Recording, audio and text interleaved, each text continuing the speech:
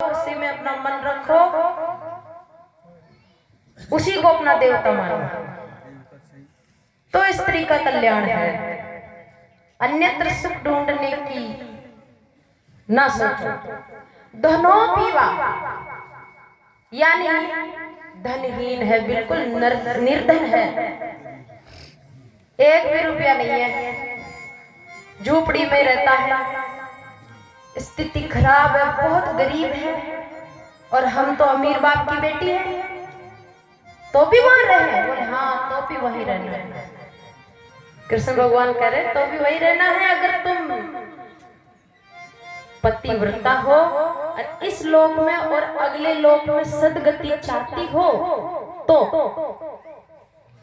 नहीं तो गरीब पति को गरीब समझकर साथ छोड़ दोगी तो पतन हो जाएगा। किसी को अमीर समझ करके और उसको महत्व दे दोगी, अपने पति से ज्यादा महत्व किसी पुरुष को नहीं देना है। भागवत ये कह रही है, तो वो स्त्री सुखी रह सकती है, अगले जन्म में भी उसकी स्वर्ग को प्राप्त करती है। यहाँ भी उसकी इज्जत होती है, मान सम्मान होता है, अगले जन्म में भी उसको अनंत सुखों की प्राप्ति करती है। फिर भगवान कहते हैं अस्वर्ग्यम यशस्यम च फलभूत्रस्रम भयावहम जुगुप्सितम च सर्वत्र औपपत्यम कुल स्त्रियः। ऐसे जो कुलीन स्त्रियां हैं उनको जिनके घर की, जिनके पति की ऐसी स्थितियां हैं कि वो दुर्भाग्य भी है, जड़ भी है, रोगी भी है, बुरा स्वभाव वाला भी है, और उसमें ही अपने आप को समर्पित रखती है, तो उसका वो कुलीन है और अनेक प्रकार का भय से बच जाता है। और जो इसके विपरीत जाती है उसके लिए आगे जाकर अनेक दुर्गति के रास्ते खुल जाते हैं। तो भगवान कह रहे हैं कि गोपियों तुम भी जाओ अपने घर, मेरे पास क्यों आई? तुम्हारे घर वाले बाट देख रहे, ढूंढ रहे, जाओ। अच्छा, तो तुम्हारा प्रेम है, भाव है, तो सुनो। श्रवणाद दर्शनात् ध्यानान्मयी भावनुकीर्तनात् न तथा सन्निकृष्ण प्रत्यात ततो ग्रहान। मैं मान लिया कि तुम मुझे चाहती हो, तो प्रेम करती हो, तो प्रेम तो मन से होता है ना, तो मन से घर बैठे बैठे भी कर सकती हो। वही मेरे बारे में सुन लिया करो, ध्यान कर लिया करो। कृष्ण भगवान ने उदाहरण दिया पतिव्रता का, कि एक पतिव्रता स्त्री थी और वो बैठी थी, उसका पति घर खेत में काम करके आया था, तो बहुत थक गया था, और वो आके पानी पीकर अपनी पत्नी के गोदी में सिर रखकर सो गया। पत्नी की गोदी में सिर रख के सोया तो उसको गहरी नींद आ गई। अब उसका बेटा था 6 महीने का, वो घर का आंगना में खेल रहा था। घर के आंगन में अभी हवन कराया था, यज्ञ, तो हवन कुंड में अग्नि ददक रही थी। हवन कुंड ऊंडा था, उसमें बड़ा था, और उसमें अग्नि ददक रही थी। वो पत्नी बैठी बैठी देख रही है, उसकी गोदी में उसका पति सिर रख के सो रहा है, और उसकी आंखों के सामने उसका बच्चा घुटने घुटने चलता चलता चलता चलता हवन कुंड में जाके पड़ गया। तो भी वो हिली नहीं। क्यों नहीं हिली? पतिव्रता है ना, पति के लिए ही जीती है। अगर वो उठ जाए तो उसके पति की नींद खुल जाए, तो उसके सुख में बाधा पड़ जाए। पति के नींद में जो सुख मिल रहा है, उस सुख में विघ्न पड़ जाए, तो वो नहीं चाहती उनके सुख में विघ्न पड़े। इसलिए बच्चा गिरते ही उसने आंखें बंद कर ली, पर हिली नहीं। फिर 1-2 घंटे बाद में उसकी नींद खुली।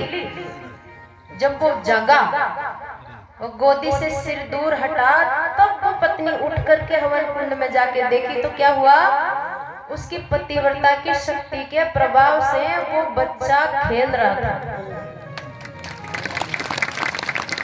तो कृष्ण भगवान कह रहे हैं ऐसे तुम भी पतिव्रता बनो, जाओ अपने घर।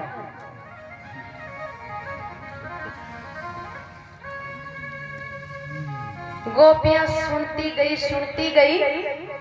अब देखो ये जो कृष्ण भगवान के ज्ञान है ना, ये हमारे लिए संसारी लेवल पर 100% लागू होता है और परम सत्य है। लेकिन बात आती है जब भगवान की, तो अब इसी ज्ञान को हम आत्म लेवल पर तोलते हैं तो ये लागू नहीं होता। संसारी लेवल पर ये पूरा लागू होता है। अगर इसको यहाँ संसारी लेवल पर इसको तोड़ दिया तो फिर धर्म नष्ट हो जाता है। ये धर्म है, ये क्या है, स्त्री का लौकिक धर्म है। लेकिन भगवान को पाने के लिए लौकिक धर्म को भी छोड़ना पड़ता है, क्योंकि भागवत धर्म बड़ा होता है ना। लौकिक धर्म से भक्ति का धर्म ऊंचा होता है।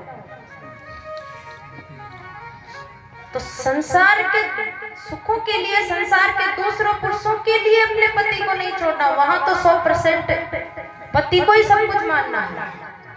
लेकिन भगवान को पाने के लिए ये बीच में आड़ा नहीं आता है ये धर्म। तो अब गोपियां, कृष्ण भगवान कह रहे हैं भाई तुम जाओ, यहाँ क्यों आई हो। अब कृष्ण भगवान जाने के लिए बार बार उपदेश दे रहे हैं, उनको बार बार भगा रहे हैं वापस से। और वो तो ठाकुर जी से मिलने आई थी, ठाकुर जी को सब कुछ मानती है, शरण में आई थी, तो वो रोने लग गई। उन्होंने अपना पैर ऐसे गाड़ लिया जमुना किनारे, आगे वाली अंगुलियां और नाखूनों को ऐसे गाड़ लिया कि वो हिल नहीं रही है। लेकिन उनको डर लग गया कि भगवान हमको नहीं अपनाएंगे, अब छोड़ देंगे। अब ठाकुर जी, हमने तो कोई कसर नहीं रखी है समर्पण करने में, पर ये तो अपना ही नहीं रहा है, अब क्या करें। तो वो बेचारी रोने लगी। तो कृत्वा मुखान्निवासस्य स्वस्नेन शुष्यत् बिंबाधराणि चरण भुवं लिखन्ते अस्त्रे रूपातम सेबीह कुछ कुंकुमानि तस्थूर मृजन्ते उरु दुख भरास्मतोषिणम्। गोपियां डर गई कि अब भगवान हमको कभी नहीं अपनाएंगे। हम तो शरण में आई है, हमको वापस जाने को कह रहे हैं, तो भगवान ने हमको नहीं अपनाया तो क्या होगा। तो वियोग की मारी, मतलब अब बिछुड़ जाएंगे, तो वियोग की मारी उनके हृदय में दुख हुआ, इतना दुख हुआ। उरु दुख भरास्मतोषिणम्, उरु का मतलब होता है हृदय, दुख से भर गया, बिछुड़ने का